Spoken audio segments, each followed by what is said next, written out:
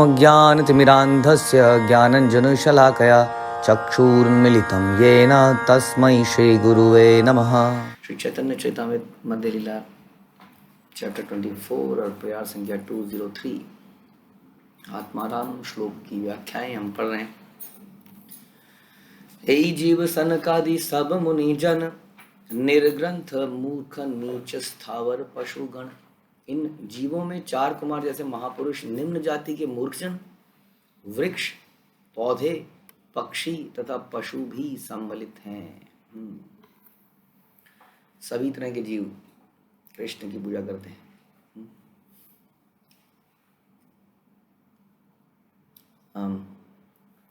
एक बार चैतन्य महाप्रभु ने हरिदास ठाकुर से ये पूछा था कि किस प्रकार से ये जीव जंतुओं का, पेड़ पौधों का कैसे उद्धार होगा। हरि नाम से हम मनुष्यों का तो उद्धार कर रहे हैं। तो उन्होंने बोला था कि हम जब नगर कीर्तन करते हैं या जोर से हरि नाम का उच्चारण करते हैं तब उससे पशु पक्षी पेड़ पौधों का भी उद्धार होता है।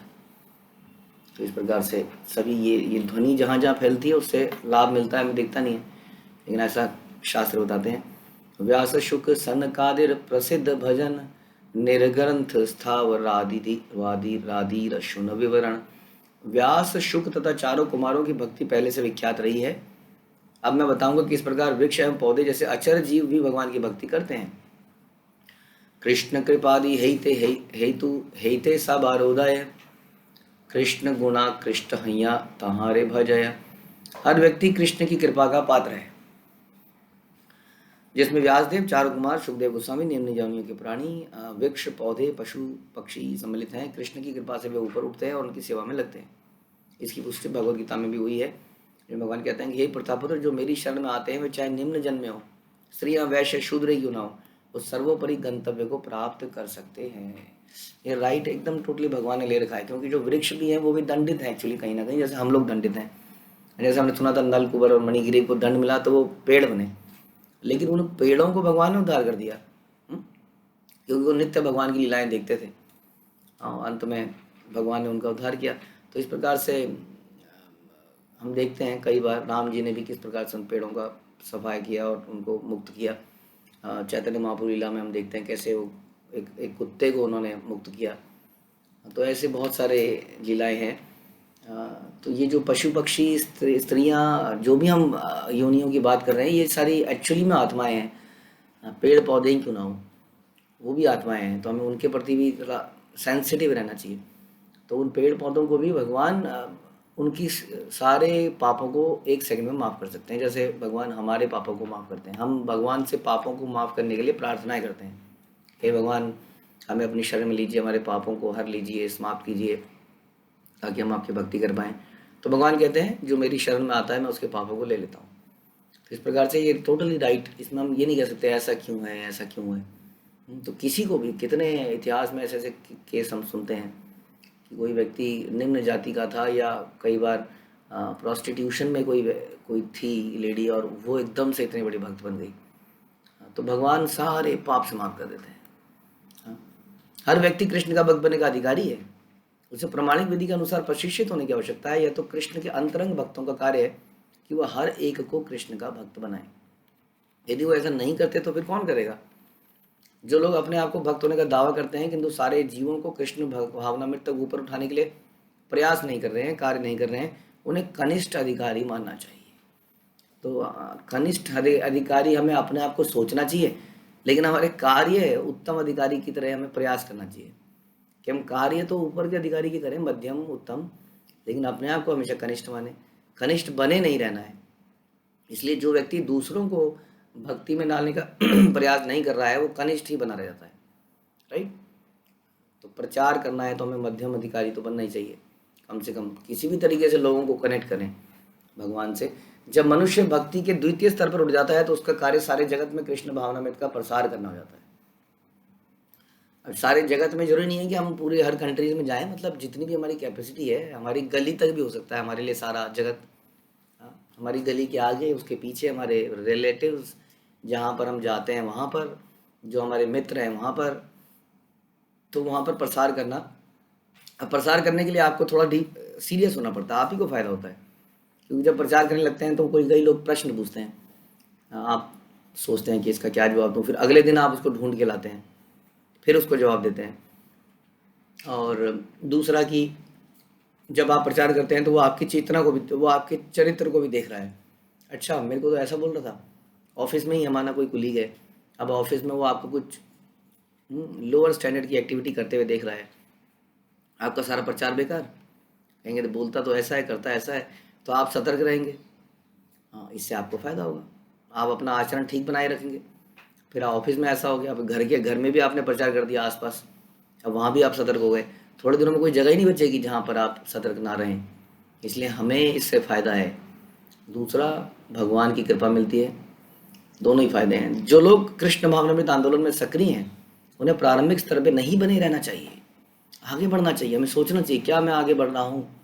कई लोग सेटिस्फाइड हो जाते हैं, जैसे उन्हें दीक्षा हो गई, उनकी माला हो रही है रोज, and then now they are satisfied. Ration मंगा देना है, सब्जी बना देनी है, आज ये बना देना है, कल वो बनाना है, कल कपड़े खरीद लेने हैं, परसों किसी पार्टी में चला जाना है, उसके बाद थोड़ी देर बैठ के कुछ बातचीत कर लेनी है, दिन बीत जाता है ऐसे ही पूरा दिन। They are satisfied. तो इससे काम नहीं चलेगा। यहाँ प्रभुपाद तो ऐसा कह रहे हैं, कह रहे प्रारंभिक स्तर पर ही बने नहीं रहना चाहिए, अपितु उसे भक्ति के द्वितीय स्तर तक तो कम से कम आना चाहिए, जिसका मतलब उपदेशक, प्रचारक, हाँ, यानी कि दूसरों को भक्ति में लाने वाला, मेहनत करने वाला, निरंतर ऐसा करने वाला। ये भी नहीं कि हाँ आप तो बहुत कर लिया, अब इतना हो गया। निरंतर इसी में लगे रहना चाहिए। भक्ति इतनी मोहक होती है कि उत्तम अधिकारी भी प्रचार करने के लिए द्वितीय स्तर पर उतर जाता है। हाँ, सारे जगत के कल्याण के लिए भगवान की सेवा करते हैं। क्योंकि उत्तम अधिकारी में थोड़ा सा डिफरेंस है, वो इतने एलिवेट हो जाते हैं कि उन्हें कुत्ते और इंसान में कोई फ़र्क नहीं दिखता है। लेकिन बता रहे हैं कि फिर भी वो द्वितीय स्तर पर उतरते हैं। प्रचार करने का मतलब यही है ना कि कोई नॉन डिवोटी है जिसको डिवोटी बनाना है। उत्तम अधिकारी तो ये मानता ही नहीं है कोई नॉन डिवोटी है। हाँ, लेकिन शिला प्रभुपाद तो प्रचार करते थे। इसलिए हमारे लिए उद्देश्य यही है कि हम लोग भी ये देखें कि कौन भक्त है, कौन भक्त नहीं है, कौन भक्त नहीं है, कौन भक्त है लेकिन वो परंपरा में नहीं है। कौन भक्त है जो कि नियमों का पालन नहीं करता है, उसके साथ प्रयास किया जाए कैसे उसको उसका फ़ायदा दिलाने के लिए। देखिए, कोई परंपरा से जुड़ता है तो हमारा क्या फ़ायदा है इसमें? बिल्कुल फ़ायदा नहीं है। अगर परंपराएं इनवैलिड होती तो भगवान 4 परंपराएं बनाते क्यों? कि शास्त्र बताते, यही तो शास्त्र बता रहे हैं हमें। इन चारों परंपराओं का नाम हम सुनते हैं, ब्रह्म ब्रह्म गौड़ी, ब्रह्म संप्रदाय, रुद्र संप्रदाय, श्री संप्रदाय, कुमार संप्रदाय। इस प्रकार से संप्रदाय बनाई गई हैं ताकि ये, जैसे यूनिवर्सिटीज़ हैं, गवर्नमेंट कुछ यूनिवर्सिटीज़ को लीगलाइज ऑथोराइज करता है कि तुम ये एजुकेशन को इम्पार्ट कर सकते हो। इट इज़ नॉट कि कोई भी व्यक्ति आए और अपना स्कूल कॉलेज खोल ले, उसको उसके अंदर उसको प्रमाणिकता लेनी पड़ती है, तभी वो आगे ये काम, प्रशिक्षण का काम कर सकता है। This is how it is. उसी तरह से संसार में भी, यहाँ पर भी बद्ध जीवों की मुक्ति के लिए भगवान ने गुरु परंपराएं बनाई हैं। राइट। तो जब भी कोई व्यक्ति इन चारों परंपराओं में से किसी एक में है, तब हम उसको प्रचार करने का प्रयास नहीं करते। ऐसा नहीं है कि कोई श्री संप्रदाय का व्यक्ति आप कहोगे नहीं नहीं नहीं, ये गौड़ीय संप्रदाय श्रेष्ठ है, आप इसमें आइए, उसको छोड़िए, इसको अपराध माना जाता है। अगर कोई वैलिड संप्रदाय में है इन चारों में से, श्री संप्रदाय के तो बहुत लोग हैं सर, हाँ, इंडिया में तो बहुत हैं। तो ये नहीं कि श्री संप्रदाय के लोगों को तो बोला जाए कि नहीं नहीं, ये ब्रह्म संप्रदाय बेटर है। लेकिन जो इन संप्रदायों में नहीं है, उसको लाने का प्रयास तो करना ही चाहिए, ताकि उसको कृपा मिलती। क्या होती है संप्रदाय में? एक होता है गली का कुत्ता और एक होता है पालतू कुत्ता। दोनों में फर्क है कि नहीं? अब देखिए, गली के कुत्ते को कभी भी म्यूनिसिपैलिटी गाड़ी ले जाती है, कोई पत्थर मारता है, कोई फेंकता है, कोई गाली देता है, कोई लात मारता है। अब पालतू कुत्ते को कुछ नहीं करता, पता है कि मालिक आएगा। और तो इस प्रकार से जब हम अपने जुड़े होते हैं, अनाथ बच्चा और एक है ना घर में माता पिता के संरक्षण में रहने वाले बच्चे में बहुत अंतर है। माता पिता उसको बताएंगे ये गलत है, ये सही है। अनाथ बच्चे कई बार गलत हरकतों में, गलत चीज़ों में लग जाते हैं, बिकॉज उनको गाइडेंस, संरक्षण नहीं मिलता है। और जो माता पिता के संरक्षण में है, उसको वो गाइडेंस मिलती रहती है ताकि वो गलत रास्ते में ना चला जाए। तो यही है गुरु परंपरा का। हाँ, लेकिन माता पिता को ये अधिकार मिलता है ना कि वो उसको थप्पड़ मार सकें। अगर हम गुरु परंपरा में किसी गुरु परंपरा के प्रति सरेंडर्ड ही नहीं है, तो कौन हमें थप्पड़ मारेगा बताइए? केवल लेक्चर सुन लेने से काम बन ही नहीं सकता है, ये समझना पड़ेगा हमें। दैट इज़ नॉट इनफ कि हम लेक्चर सुनते रहें, क्योंकि ये प्रशिक्षण है, बार बार हम शास्त्रों में पढ़ते हैं, इट्स ट्रेनिंग। ट्रेनिंग किसी गुरु के द्वारा दी जाती है। और गुरु दक्षिणा कितना इम्पोर्टेंट रिचुअल कल्चर है हमारे इस कंट्री का। गुरु दक्षिणा, कितना आदमी लॉयल रहता है। नहीं तो गुरु तो अनेक हैं। It is not like that कि स्कूल के अंदर मेरे 5 मैथमेटिक्स के टीचर हैं, मैंने इससे मैथमेटिक्स पढ़ लिया तो क्या बड़ी बात हो गई। दूसरा भी तो है, तीसरा भी तो है, चौथा भी तो है। This is modern view point, is not वैदिक व्यू पॉइंट। वैदिक व्यू पॉइंट में व्यक्ति शरणागत होता है, कृतज्ञ होता है। कृतज्ञता हमारे इस वैदिक साहित्य की बहुत बड़ी वस्तु है। हम इतने कृतज्ञ रहते हैं अतिथि के लिए भी, जिसकी कोई तिथि नहीं है, वो भी हमारे घर में आता है तो यार हम, ओ कृष्ण आपने मेरे घर में अतिथि भेजे ताकि मैं उनके सेवा कर पाऊँ। इतनी कृतज्ञता। मतलब कोई आम आदमी देखता है तो कहता है तुम पागल हो, पागल, है ना। जैसे कि कई व्यक्ति नीचे गिरता है सड़क पे तो हमारे भक्त कहते हैं ओ थैंक यू कृष्णा। कोई देखेगा तो पागल हो तुम लोग, सड़क में गिर गया, चोट लग गई, थैंक यू कृष्णा। भक्त जानते हैं कि भगवान कैसे उनके कष्टों को कम करके उनको रियलाइज कराने के लिए कष्ट देते हैं। इतनी ग्रेटिट्यूड होता है। तो ये प्रचार का मतलब है, हम ये बता रहे थे आपको कि हमें मध्यम अधिकारी तक पे सबको आना चाहिए, पहली बात। यानी कि जहाँ पर यारे देख तारे का कृष्ण उपदेश, यानी ये कृष्ण उपदेश क्या है, ये है शरणागति। आचार्य माम अभिजानति, कृष्ण कहते हैं आचार्य को, मेरे को, आचार्य जो है यानी कि जो गुरु हैं उनको आप मेरे समान मानना है, कृष्ण के समान, इतनी रिस्पेक्ट देनी है। तो उनको हमें इन ऑथोराइज्ड यूनिवर्सिटीज़ यानी कि ये वैलिड परंपरा से जोड़ना पड़ेगा। अगर कोई इन वैलिड परंपरा से ऑलरेडी है तब उसको प्रचार करके अपनी तरफ खींचने का प्रयास नहीं करना चाहिए। नहीं तो संसार में लोगों को कोशिश करना चाहिए कि वो किसी प्रमाणिक परंपरा से जुड़ पाए और उसके प्रति हमारी कृतज्ञता होनी चाहिए। ये हमने डिस्कस किया, उसके फ़ायदे डिस्कस किए, कैसे एक अनाथ और तो यानी कि हमें इतना राइट देना चाहिए गुरु को। We should never become a monster. कई बार हम इतने बड़े मॉन्स्टर बन जाते हैं। पुनः मुश्का भवा, सुनिए कथा आपने। एक बार एक चूहा था, वो उसके पीछे बिल्ली भाग रही थी। वो भागता है जान बचाने के लिए, टॉम एंड जेरी की तरह, और भाग रहा है पर अचानक से उसको साधु मिलते हैं, कहते हैं मुझे शरणागति ले लीजिए, मुझे इस बिल्ली से बचाइए। तो कहता है अच्छा मैं तुम्हें आशीर्वाद देता हूँ कि तुम बिल्ली बन जाओ। वो एकदम से बिल्ली बन जाता है। अब बिल्ली क्या करेगी, थोड़ी देर एक दूसरे को देखती हैं वो चली जाती हैं।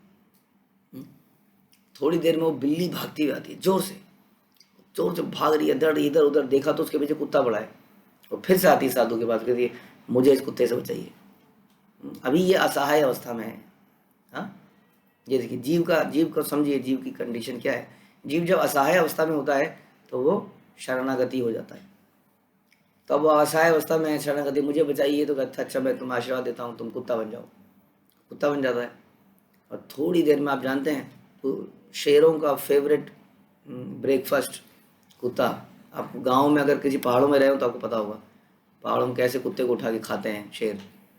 तो शेर पड़ जाता है पीछे, वो भाग के आता है, मेरे पीछे शेर पड़ा है, अब मैं तुम्हें आशीर्वाद देता हूँ, तुम शेर बन जाओ। अब क्या है, कौन मारेगा बताइए। अब जब शेर बन जाता है तो बड़ी मुँह ऊंची दहाड़ मारता है। हाँ, कहते क्या हो गया, कहता भूख लगी है, तुम्हें खाना है। हाँ, गुरु को खाना है। तो गुरु क्या बोलते हैं, पुनः मुश्का भव, भूल गए मैंने ही तुम्हें शेर बनाया था। हाँ, फिर से चूहा बन जाता है। आज मैं एक सुन रहा था एक लेक्चर में, तो उसमें बताया बहुत अच्छी बात कि भौतिक संसार से आध्यात्मिक जगत में जाने के लिए क्या चाहिए होता है। तो कई लोगों ने कई सारे आंसर दिए, भक्ति चाहिए होती है, ये चाहिए होता है, वो बहुत सारे आंसर आए। उन्होंने कहा नहीं, सबसे इम्पोर्टेंट चीज़ नहीं बताई आपने, सबसे इम्पोर्टेंट है रिकमेंडेशन चाहिए होती है। उन्होंने एग्जाम्पल से बताया कि फॉरेन यूनिवर्सिटीज़ में या GMAT whatever is the I don't know GRE क्या करना होता है, उसको करने के बाद भी आपका कितना भी स्कोर अच्छा हो, यदि आपके पास रिकमेंडेशन नहीं है तो आपका एडमिशन नहीं होता। और अगर आपके पास रिकमेंडेशन है और आपके मार्क्स कम है, कुछ भी है, तो आपका एडमिशन हो जाता है। फॉरेन यूनिवर्सिटीज़ में we are going to a foreign, although we are here in the foreign land, यहाँ से हम वहाँ जाना है, राधा रानी की रिकमेंडेशन चाहिए। राधा रानी कहाँ से पूछती हैं, भैया तुम बताओ कैसा है, बोलता किसके एरिया का है, अच्छा इंडिया का है, अच्छा इंडिया के कौन है जीवीसी, तुम बताओ जी, तुम बताइए। वो कहता है अच्छा ये एरिया कौन से मंदिर से हो, अच्छा बताइए कौन से लीडर है, अच्छा तुम बताइए, है ना। रिकमेंडेशन रिकमेंडेशन रिकमेंडेशन, बिना रिकमेंडेशन के आपने कितना भी हाथ पैर मार लो भक्ति में, not possible, because this is how it is. तभी तो कहते हैं गोपिर भरतुर पद कमलेर दास दास दासान दास। राधा रानी को ऐसे ही लोग चाहिए वहाँ पर, केओस हो जाएगा। हाँ, ये संसारिक लोग, ऑफिशियल लोग जो हमारे संसार में हैं, यहाँ वाले लोग वहाँ पहुँच जाएं तो जहाँ पे हर कोई मैनेजर बनना चाहता है कि नहीं, कोई सबॉर्डिनेट बनना का, ऐसे लोग वहाँ पे आ गए तो उपद्रव मच जाएगा वहाँ पर। हाँ, अब वहाँ पर जो है वृंदा देवी कबूतर को कह रही है तुम जाके जस्ट मैसेजिंग दो, कबूतर कहेगा ऐसे कैसे मैसेजिंग दूँ, भगवान की रासलीला हो रही है, मैं ना नाचूँ वहाँ पे। हाँ, मेरे को इन फालतू कामों में लगा दो, अरेंजमेंट के अंदर सारे अरेंजमेंट हो गया, वहाँ रासलीला निकल गई मेरी, बताइए। ऐसे लोग हो गए तो क्या होगा, वहाँ बर्बाद हो जाएगा वैकुंठा, गोलोक। इसलिए वहाँ पे ऐसी चीज़ें जो दास दास दासानुदास, जो परंपरा को मानते हो, जानते हो, जो शरणागति को जानते हो, इस प्रकार से हमें समझना पड़ेगा। ये ऐसे इस तरह से recommendation is the most important thing. Recommendation कौन देगा किसकी, आपकी, जब आप किसी के अंतर्गत कंटिन्यूसली ट्रेनिंग प्राप्त कर रहे होते हो तो वो आपको जानता है, पहचानता है, तो आपको रिकमेंड करता है। जैसे हम दीक्षा के लिए रिकमेंड करते हैं, this person can be initiated if Guru Maharaj ऐसा चाहें तो। तो रिकमेंडेशन कहाँ से आती है, जब रिलेशनशिप बनता है, जब उसमें सेवाएं का आदान प्रदान होता है तो एक रिकमेंडेशन बनता है। हाँ, तो इस प्रकार से हमारी जो डिग्रियां हैं, what is that degree, degree भी क्या है, हमारे स्कूल कॉलेज के लोग कहते हैं ओके दिस पर्सन इज जानता है, इतना जानता है, लीजिए certificate, that is also recommendation, तभी नेक्स्ट क्लास में उसका एडमिशन होता है, राइट। तो ये समझने का विषय है कि प्रचार कैसे करते हैं हम लोग। प्रचार करने के लिए one should, what is the criteria of a गुरु, गुरु का क्या क्राइटेरिया है कि गुरु का अपना गुरु होता है। कई इतनी बड़ी पर्सनैलिटीज हैं संसार के अंदर कि उनका गुरु नहीं जानते हम कौन है, किसके प्रति शरणागति हैं, किसकी इंस्ट्रक्शन को फॉलो कर रहे हैं। जैसे शिला प्रभुपाद के लिए सब जानते हैं कि भक्ति सिद्धांत सरस्वती ठाकुर के लिए ही उन्होंने जीवन जिया, उन्हीं के लिए सब कुछ किया। It should be very clearly evident कि हाँ ये व्यक्ति इसके लिए कार्य करता है, ऐसे जीता है, ऐसे करता है, ऐसे, अब तभी वो प्रचारक बन सकता है वास्तव में। जो खुद ही शरणागति नहीं है वो दूसरों को क्या शरणागति पैदा करेगा। ऑल दो ही में बी ग्रेट स्कॉलर, बहुत बड़ा जानकार हो, फिलॉसफी बोलता हो, ऐसे बहुत हैं फिलॉसफी बोलने वाले, लेकिन खुद उसका ह्यूमिलिटी, क्योंकि मोस्ट इंपॉर्टेंट चीज़ ह्यूमिलिटी, और उसकी ह्यूमिलिटी कैसे मिलती है, जब वो अपने गुरु के प्रति शरणागति है, उनकी मीनियल सेवा करने के लिए तैयार है, तो उसकी ह्यूमिलिटी झलकती है।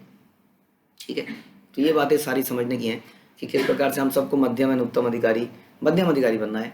उसके लिए हमें कितना सरेंडर्ड और लॉयल होना चाहिए ताकि हमें वो कृपा प्राप्त हो, जिस कृपा को हम दूसरों को दे पाएँ, हमें रिकमेंडेशन मिले, हम दूसरों के लिए रिकमेंड कर पाएँ। धन्ये मध्य धरणी तृण विरुधरस्त्वत् पादस्पृशो द्रुमगता करजाभिमुष्टा नद्योद्र्य खग मृगा सदयावलोकैर्गोप्यो अंतरेण भुजयोरपि यत्सृपाः श्री। वृंदावन की यह भूमि, व्रज भूमि आज धन्य है क्योंकि आपके चरण कमलों ने इसकी मिट्टी तथा घास का स्पर्श किया है। भागवत से बोला जा रहा है, आपकी अंगुलियों के नखों ने वृक्षों तथा लताओं का स्पर्श किया है। आपकी कृपामयी आंखों ने नदियों, पर्वतों, पक्षियों, पशुओं पर दृष्टि डाली है। आपकी भुजाओं ने गोपियों का आलिंगन किया है और लक्ष्मी तक यही चाहती है। अब ये सभी धन्य हैं। तो बता रहे हैं कैसे भगवान केवल गोपियों से ही लीला नहीं कर रहे हैं, हाँ, वो मिट्टी, घास, वृक्षों, लताओं को स्पर्श कर रहे हैं, नदियों, पर्वतों, इन पर दृष्टि डाल रहे हैं। इस प्रकार से इन सब का उद्धार कर रहे हैं। गा गोप को केरे केरनु वनम नयतोरुद्धार वेणु स्वने कलपदैस्तनु भृतुस सख्य वृत्सु सख्य अस्पंदम गतिमताम पुलकस्तरूणाम निर्योग पाशकृत लक्षणयोर विचित्रम।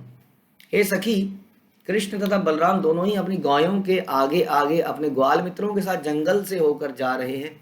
उन दोनों के पास रस्सियां हैं जिनमें गायें दुहते समय वे उनके पिछले पांव बांध देते हैं। जब वे अपनी बांसुरियां बजाते हैं तो सारे चर प्राणी चकित रह जाते हैं और अचर प्राणी उनके मधुर संगीत से अतीव हर्ष का अनुभव करते हैं। ये सारी बातें निश्चय ही अत्यंत आश्चर्यजनक है। हाँ, जब वो बांसुरी बजाते हैं तो चर और अचर, मतलब सारे चर प्राणी चकित हो जाते हैं, और अचर प्राणी बड़ा हर्ष का, अचर प्राणी भी हैं, पेड़ हैं, अचर हैं, हाँ, बड़ी हर्ष का अनुभव करते हैं। ये बड़ी आश्चर्य की बात है। ऐसा लगता है कि पेड़ों में भी चेतना है, वाकई में पेड़ों में चेतना है ही, हम जानते ही। तो इस तरह से हमें बड़ा सेंसिटिव रहना चाहिए कि कैसे जब हम हरिनाम करते हैं तो उससे आसपास का सारा माहौल शुद्ध हो जाता है। ये पेड़ बेचारे आपकी क्लास में नहीं आ सकते हैं, ये टीम्स में लॉगिन भी नहीं कर सकते हैं। इन पेड़ों को तो केवल हरिनाम जब सुनाई देता है तभी इनका उद्धार होता है। तो इस प्रकार हमें प्रयास करना चाहिए। वनलता स्तरव आत्मनि विष्णु व्यंजयंतया इव पुष्प फलाडया प्रणत भार विटपा मधुधारा प्रेम हृष्ट तनवो विवृषु स्म। सारे पौधे, लताएं, वृक्ष कृष्ण प्रेम के कारण फूल फलों से लदे हैं और वो झुके जा रहे हैं। इस प्रकार क्यों झुक रहे हैं? ताकि कृष्ण अपने हाथों से उन्हें ले लें, तोड़ लें। ये बड़ी अद्भुत वाकई में स्टोरी है कि कैसे पेड़ अपने फलों को भी भगवान को या दूसरों को देने के लिए तैयार रहता है। तभी इतना पेड़ों का एग्जाम्पल हम लेते हैं। तो वो जो भी उनके पास है, उनके पास क्या संपत्ति है, वो फल ही है, उसको झुक जाते हैं वो नीचे देने के लिए। इस प्रकार वे अगाध कृष्ण प्रेम से इतने प्रेरित हैं कि वे निरंतर मधु की वर्षा कर रहे हैं। गोपियों ने वृंदावन के सारे जंगलों को इसी प्रकार से देखा। ये होता है एक भक्त की दृष्टि, कि वो हर किसी को इस प्रकार से देख पाता है कि ये भी भक्ति कर रहा है अपने लेवल पे, हर कोई भक्ति कर रहा है। तो उनके अंदर हमें कमियां न देखकर उनको किसी तरह से भगवान और गुरु की सेवा में लगाने का प्रयास करना चाहिए पॉजिटिवली। यस, कुछ तो कर ही रहा है। केणात हुणांध्र पुलिंद पुलकषा आभीर शुंभा यवना खसादय ये अन्य चा पापा यदपाश्रयाश्रया शुद्ध्यन्ति तस्मै प्रभविष्णवे नमः। किरात हूण आंध्र पुलिंद पुष्कश पुक्कश आभीर शुंभ यवन खश जातियां तथा वे भी जो पाप करने में अभ्यस्त हैं, भगवान के भक्तों की शरण ग्रहण करने से शुद्ध हो जाते हैं, क्योंकि भगवान परम शक्तिमान है। मैं उन्हें सादर नमस्कार करता हूँ। और कितने एग्जाम्पल हैं, अनलिमिटेड एग्जाम्पल हैं। मृगारी है, वाल्मीकि जी हैं, ये सभी लोग अभ्यस्त थे। ऐसा नहीं था पाप कभी कभी हो जाता था, अभ्यस्त थे पाप करने, देवर प्रैक्टिस थी उनकी। जैसे दूसरे डॉक्टर प्रैक्टिस करता बचाने की, इनकी प्रैक्टिस थी मारने की। तलवार की धार जो है, जंग लग रहा है, क्यों मारा नहीं बड़े दिनों से किसी को। ऐसे लोग थे लोग। ऐसे भी भगवान की शरण में आए तो वो शुद्ध हो गए, भक्तों की गुरु की शरण में आए। दोनों एग्जाम्पल में नारद मुनि वॉज द की पर्सन। अब कोई नारद मुनि को भूल जाए, बोले कि भगवान ने ही सब कुछ किया। डायरेक्टली जो व्यक्ति भगवान को देखता है, इसका मतलब उसका विजन बहुत ही छोटा है। क्योंकि जो पहाड़ से बहुत दूर होता है उसे केवल पहाड़ दिखता है। उसको माउंट एवरेस्ट दिखता है, लेकिन जब माउंट एवरेस्ट के निकट जाने लगता है तो उसको बहुत सारी और पहाड़ियां दिखती हैं, बल्कि कई बार माउंट एवरेस्ट दिखना बंद हो जाता है। आप जानते हैं, जब आप पहाड़ के बहुत क्लोज जाते हैं, माउंट एवरेस्ट दिखना बंद हो जाएगा, क्योंकि बहुत सारी पहाड़ियाँ आ जाएंगी। कई लोग कहते हैं, प्रभु जी पहले तो मैं भगवान से बात करता था, अब तो ऐसा लगता है भगवान पता नहीं कहाँ चले गए, दिख ही नहीं रहे। Don't worry, you are coming close. क्योंकि आप उनकी भक्ति में सेवा तो कर रहे हैं ना, नवदा भक्ति कर रहे हैं ना। अब आपके जीवन में वैष्णव और गुरु भी आ गए हैं, विच इज जो कि भगवान सदृश ही हैं, क्योंकि वो भी भगवान की सेवा में आपको लगाते हैं। क्या आप पहले इतनी माला करते थे? क्या आप पहले इतने नियमों का पालन करते थे? क्या आप इतना जल्दी उठ पाते थे? क्या आप इतनी सारी चीज़ों का त्याग कर पाते थे? तो वो कहता हाँ यार, ये तो नहीं कर पाता था। तो यानी कि उस वक्त जो आप भगवान से बात कर रहे थे तो उस वक्त बहुत दूर थे, भगवान ने आपको झलक दिखाई, पास में बुलाया। जैसे नारद मुनि को भगवान ने दर्शन दिया और बोला हो गया बस, दैट इज इनफ, अब तुम मुझे प्राप्त करने के लिए मेहनत करो। तो भगवान भी भक्तों को अट्रैक्ट करने के लिए दूर से दर्शन देते हैं, फिर भक्तों से मिला देते हैं। और फिर अंतिम में हम जब गोलोक जाते हैं तो भगवान वहाँ साक्षात दर्शन देते हैं। तो इस प्रकार से आगे तेरा अर्थ करिलूं आर छाया ए उना विशंति अर्थ हैला मिली ए दुई। मैंने पहले ही आत्माराम श्लोक के 13 अर्थ बता दिए हैं, अब ये 6 और हैं, इन्हें मिलाकर 19 हो जाते हैं। और ये इस प्रकार है 6 ज्ञानी आत्माराम, दूसरा बताया 6 में से विभिन्न प्रकार के प्रयत्नों में लगे हैं, जो धैर्यवान तथा गंभीर हैं, जो बुद्धिमान विद्वान हैं, जो बुद्धिमान तो हैं किंतु निरक्षर मूर्ख हैं, और जो वे जो कृष्ण के प्रति अपनी नित्य दासता से अवगत हैं। अब है यही निश अर्थ करिनु आगे सुनार, आत्म शब्दे देही देहे करे कहे छारी अर्थ तार। मैं अभी तक 19 भिन्न अर्थ बता चुका हूं, अब अन्य अर्थ सुनो। आत्म शब्द शरीर का भी द्योतक है और इसे 4 प्रकार से ग्रहण किया जाता है। यह है औपाधिक ब्रह्मदेह, कर्मनिष्ठ याज्ञिकेर कर्मदेह, तपोदेह, सर्व काम देह। अब इनके बारे में सुनिए। देहारामी देह भजे देहोपाधि ब्रह्म, सत्संगे सेह करे कृष्णेर भजन। देहात्म बुद्धि वाला व्यक्ति अपने ही शरीर को ब्रह्म समझकर पूछता है, किंतु जब वह भक्त के संपर्क में आता है तो इसके गलत ख्याल को त्याग देता है और कृष्ण की भक्ति में लग जाता है। तो कई ऐसा है, दिस इज रियलिटी, कई लोग ऐसा है जो यही समझ रहे हैं कि हम ही ब्रह्म हैं, हम ही भगवान हैं, और इसलिए अपनी ही पूजा करते हैं। आई एम क्या कहते हैं, ब्रह्मास्मि, मैं ही ब्रह्म हूँ। अब वो ब्रह्म है, आप ब्रह्म हैं, बिल्कुल ठीक है, लेकिन आप आत्मा है, अणु आत्मा है, आप परमात्मा नहीं है। लेकिन वो सोचते हैं हमारे में और परमात्मा में कोई अंतर नहीं है। कुछ तपस्या अगर मैं कर लूँगा तो मैं भी वैसा ही बन जाऊँगा, या उसी के जाके अंदर मिल जाऊँगा, मैं ही भगवान हूँ, ऐसी वो इच्छा करते हैं। जैसे कोई घर का, जैसे कोई ऑफिस के अंदर कोई व्यक्ति है, ऑफिसों में अक्सर देखा जाता है, अभी वो न्यू ज्वाइनी है, धीरे धीरे उसने थोड़ा थोड़ा काम किया, धीरे धीरे उसके मन में क्या होता है, उसकी गद्दी दिखती है उसको बॉस की, ये गद्दी कब मेरी होगी, और उस गद्दी के लिए वो दिन रात मेहनत कर रहा है, 1 साल 2 साल लगा हुआ है। अल्टीमेटली उसका उद्देश्य क्या है, वो गद्दी हासिल करना। तो जीवात्मा का भी ऐसी उद्देश्य होता है, भगवान की गद्दी को हासिल करना।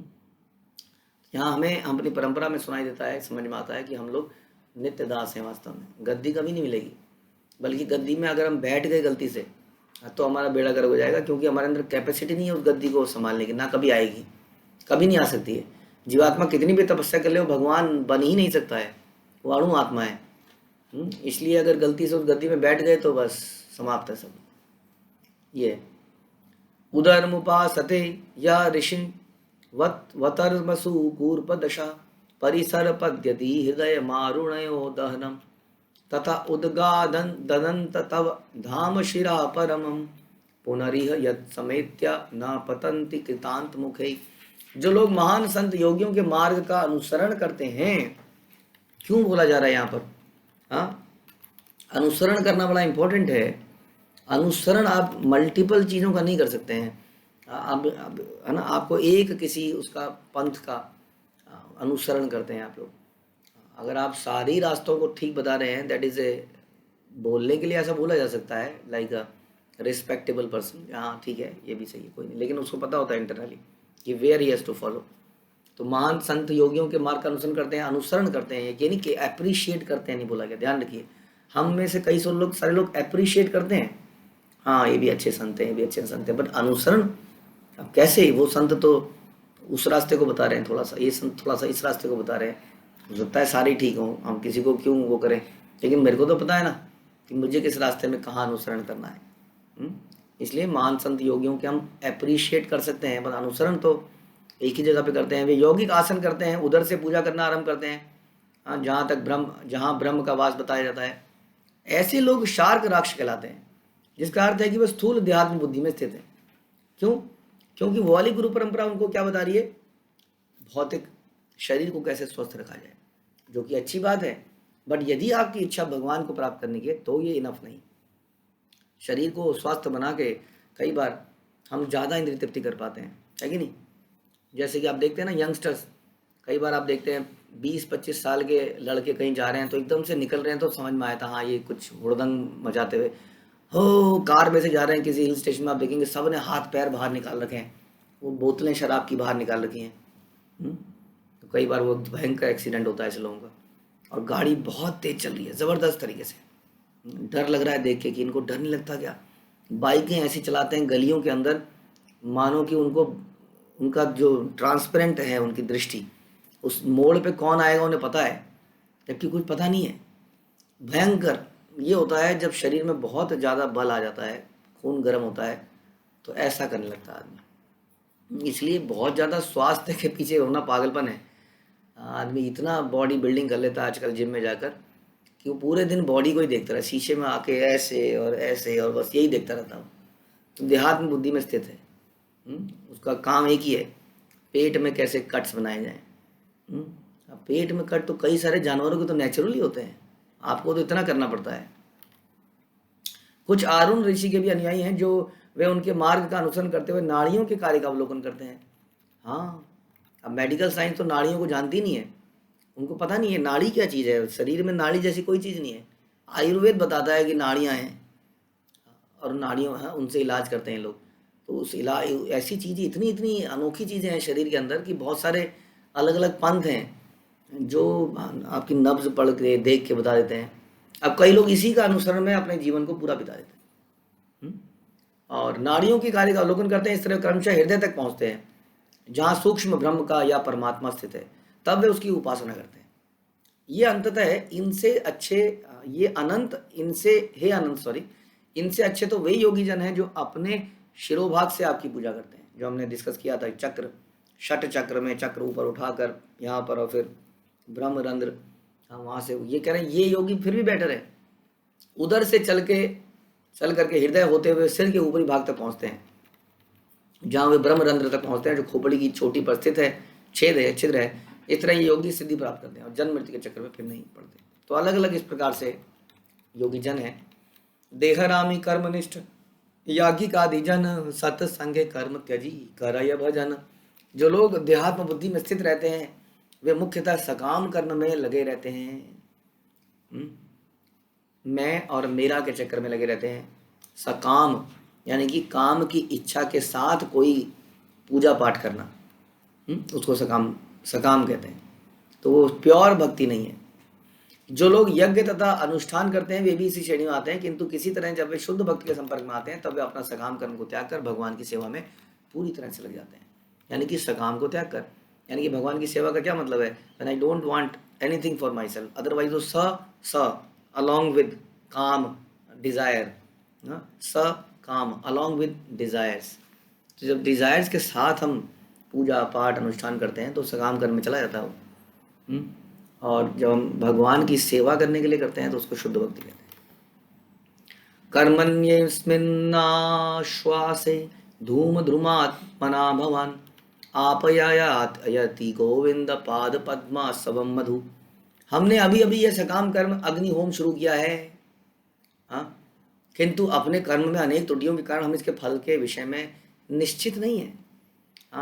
ये नेम शनान्या में मुनियों ने कहा, जब इस सभा में ऋषियों की अध्यक्षता शौनक ऋषि कर रहे थे और सुत गोस्वामी उस सभा में आए और उस समय वहां पर उपस्थित सारे ऋषियों ने अनुष्ठान को बंद कर दिया। उनका पता नहीं हम क्या करे जा रहे हैं, हमें भी समझ नहीं आ रहा। धुआं जलता जा रहा है, स्वाहा स्वाहा होता जा रहा है, अग्नि चारों तरफ हो गई है, हमारे मुंह काले हो गए, धुआं जला के, लेकिन पता नहीं इसका क्या फल मिलेगा कि नहीं मिलेगा। धुएं से हमारे शरीर काले पड़ गए हैं, किंतु हम भगवान गोविंद के चरण कमलों में उस अमृत से सचमुच प्रसन्न है जिसे आप वितरित कर रहे हैं। तो वो कहते हैं कि अनुष्ठान बंद करते हैं, आप भगवान की कथा सुनाइए, श्रीमद् भागवतम सुनाइए और हम उसको सुनते हैं, बस यही अनुष्ठान करते हैं हम। और इसका फल क्या है? इसका फल है हमारा हृदय पवित्र बने और भगवान के लिए, उनकी सेवा के लिए अट्रैक्ट हो पाए। इस प्रकार से भागवतम शुरू होती है कि हमने सुना था, तपस्वी प्रभति यत देहरामी हया साधु संगे तपछाड़ी श्री कृष्ण भजया। उच्च लोग जाने के लिए कठोर तपस्या करने वाले तपस्वी भी इसी श्रेणी में आते हैं। जब ऐसे व्यक्ति किसी भक्त के संपर्क में आते हैं तो ऐसे सारे अभ्यास को त्याग कर भगवान कृष्ण की सेवा में लग जाते हैं। यस, जब किसी भक्त के, बार बोल रहा है किसी भक्त के, यानी बोला कि जब वो भक्तों को देख लेते हैं, बार बोल रहा है उनके संपर्क में आने का मतलब किसी भक्त के अंडर में आते हैं, ट्रेनिंग लेते हैं। ये ट्रेनिंग की बड़ी आवश्यकता है। We allow ourself to be monitored, कि हमें मॉनिटर कीजिए। जो व्यक्ति कहता है मैं सेल्फ मॉनिटर्ड हूँ, वो व्यक्ति इसका मतलब अभी अहंकार में है, वो जानता नहीं कि माया कितनी खतरनाक है, कैसे हमें ले के जा सकती है। जो गली का कुत्ता है, चाहे वो कितना भी खूंखार क्यों ना हो, आप देखेंगे कोई ना कोई उसको मार देगा, क्योंकि वो गली में आपके घर के आगे पॉटी कर देगा। और आप चुपके से उसके खाने में कुछ डाल दोगे, कहीं से कुछ कर दोगे, कहीं कंप्लेंट कर दोगे, गया, कितना भी शक्तिशाली हो। कहाँ वो इतने ताकत है संसार में। और यहीं वो किसी उसके गले में अगर पट्टा है, पालतू है, तो आपको पता है अगर कुछ हो गया तो बहुत बड़ा बवाल हो जाएगा। तो दैट इज़ वाई इसलिए बोला जा रहा है कि माया से हमें डरना चाहिए। अगर हम ये कह रहे हैं हमें मॉनिटरिंग की आवश्यकता नहीं है, तो इसका मतलब अहंकार में है। हाँ, हमें किसी भक्त के अंतर्गत रह के यहाँ बता रहे हैं कि यदि वो उनके संपर्क में आता है, हाँ, तो वो अपने सारे कलमश से दूर जाता है, उसके अंदर जो अहंकार है वो समाप्त हो जाते हैं। क्योंकि गुरु के अंडर आके उनकी बात सुननी पड़ती है, उनकी प्रताड़ना सुननी पड़ती है, डांट सुननी पड़ती है।